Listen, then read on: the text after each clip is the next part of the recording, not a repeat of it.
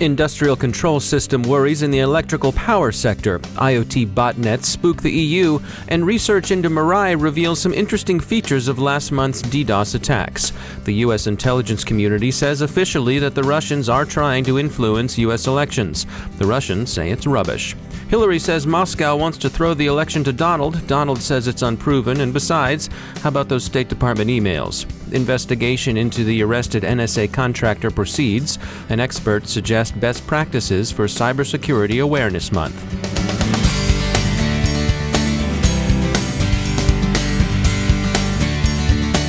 Time to take a moment to thank our sponsor, E8 Security. You know, to handle the unknown threats, you need the right analytics to see them coming. Consider the insider threat, and remember that an insider threat isn't necessarily a malicious actor.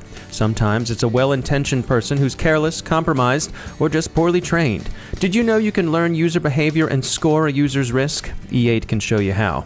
Did you know, for example, that multiple Kerberos tickets granted to a single user is a tip-off to a compromise? E8 can show you why. Get the white paper at e8security.com/DHR and get started. Detect, hunt, respond. E8 Security. And we thank E8 for sponsoring our show.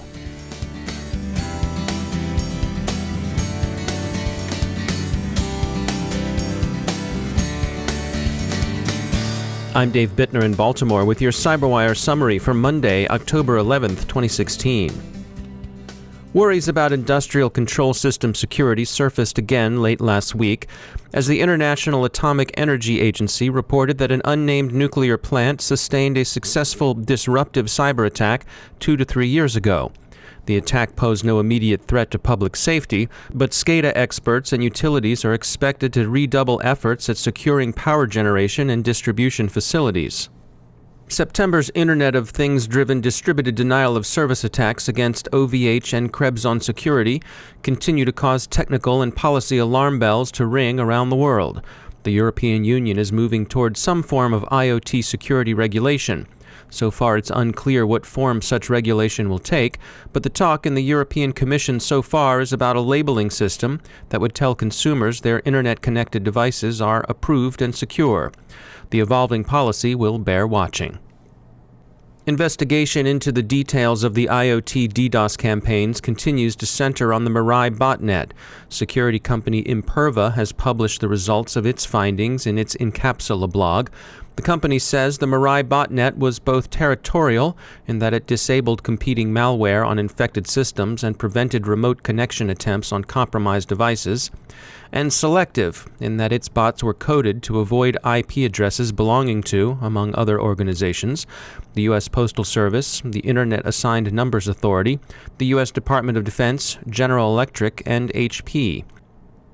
Late Friday, the U.S. officially attributed election-related email hacking to Russia's government. A joint statement by the Office of the Director of National Intelligence and the Department of Homeland Security said the intelligence community was not only confident the operations were conducted by the Russian government, but that they could only have been authorized by, quote, Russia's senior-most officials, end quote. So the U.S. intelligence community rules out not only the hacktivism toward which Guccifer 2.0's sock puppetry would have misdirected attention, but also potential claims that the breaches represented low-level unauthorized freelancing. The statement also calls document dumps by DC Leaks and WikiLeaks, quote, consistent with the methods and motivations of Russian-directed efforts, end quote. The ODNI and DHS profess clarity about the nature of those motivations. Quote, these thefts and disclosures are intended to interfere with the U.S. election process. Such activity is not new to Moscow. The Russians have used similar tactics and techniques across Europe and Eurasia, for example, to influence public opinion there, end quote. Russian officials have, as one would expect, dismissed the attribution as rubbish, designed to inflame what they're characterizing as unprecedented anti-Russian hysteria. In the U.S. presidential campaign, candidate Clinton has said that Russia's trying to throw the election to Trump. Candidate Trump, despite being briefed earlier about the grounds for attributing the DNC breaches to Russia, says it's unclear to him that Russia is actually behind the hacks. He's also taken the opportunity to draw attention to Clinton's difficulties with handling classified material during her tenure as Secretary of State. Also late Friday, around the time the ODNI and DHS released their statement on the DNC hacks, WikiLeaks posted just over 2,000 emails purporting to be from candidate Clinton's campaign manager, John Podesta. These emails look generally discreditable, as leaked emails usually do. WikiLeaks impresario Julian Assange has promised more regular revelations through Election Day on November 8th. The FBI wants another iPhone unlocked. This one belonged to Dahir Adan, the apparent jihadist who went on a stabbing rampage in a Minnesota mall before he was shot dead by an off-duty police officer. The Bureau's efforts are expected to mirror those undertaken during investigation of the San Bernardino massacre earlier this year. Investigation into the NSA contractor arrested for allegedly having highly classified materials squirreled away in his Maryland home continues. The Intelligence and National Security Alliance is prompted to call upon the next Congress and administration to modernize security policies, practices, and technologies in ways that would more effectively mitigate this sort of insider threat. Credit cards continue to be a popular target of criminals both online and with skimming devices. Smrithi Konanur is Global Product Manager for HPE Data Security, and we checked in with her for some details on credit card security. The old credit cards that are the magnetic stripe credit cards, they didn't have essentially a lot of security enabled in the cards themselves.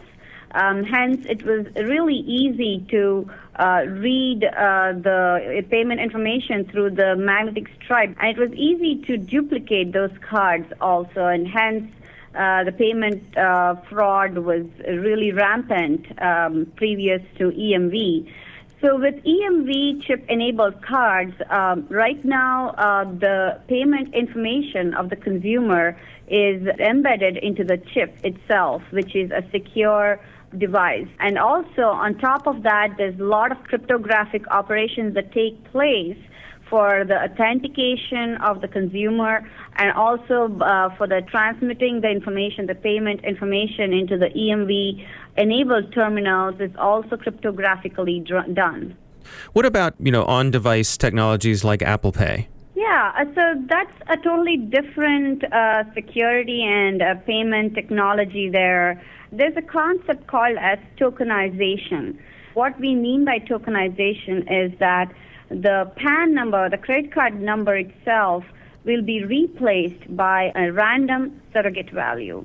So that way, it's basically used as a security reason. Initially, it came about as back-end security.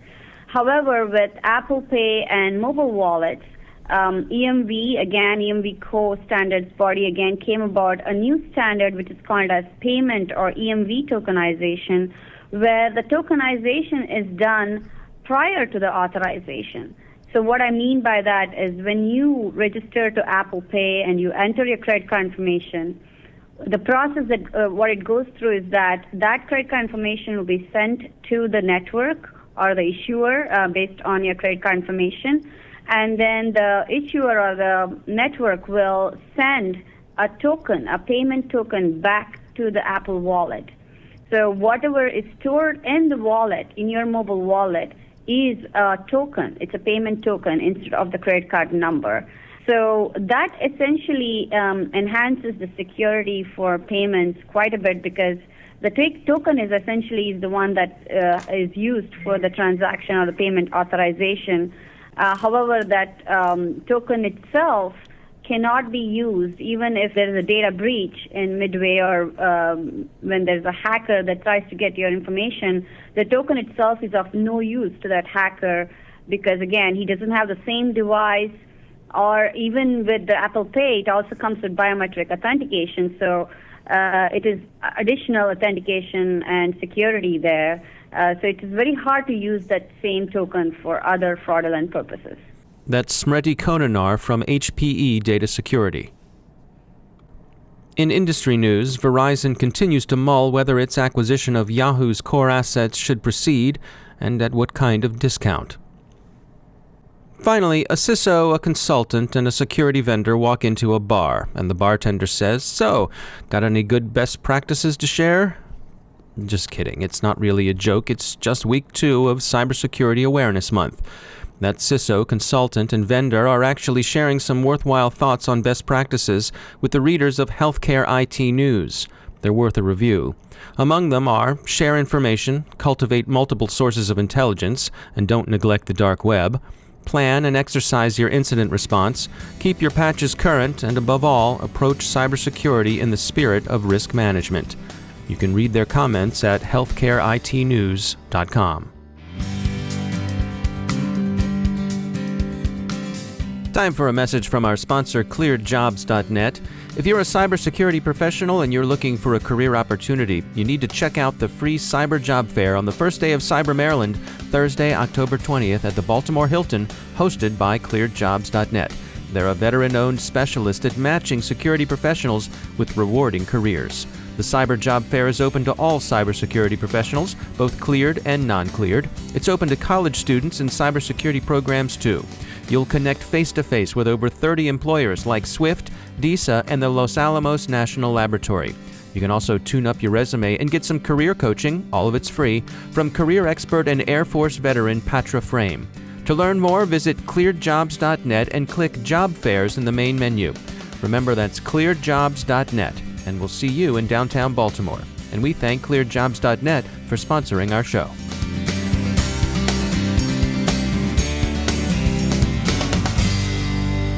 Joining me once again is Dale Drew. He's the Chief Security Officer at Level 3 Communications.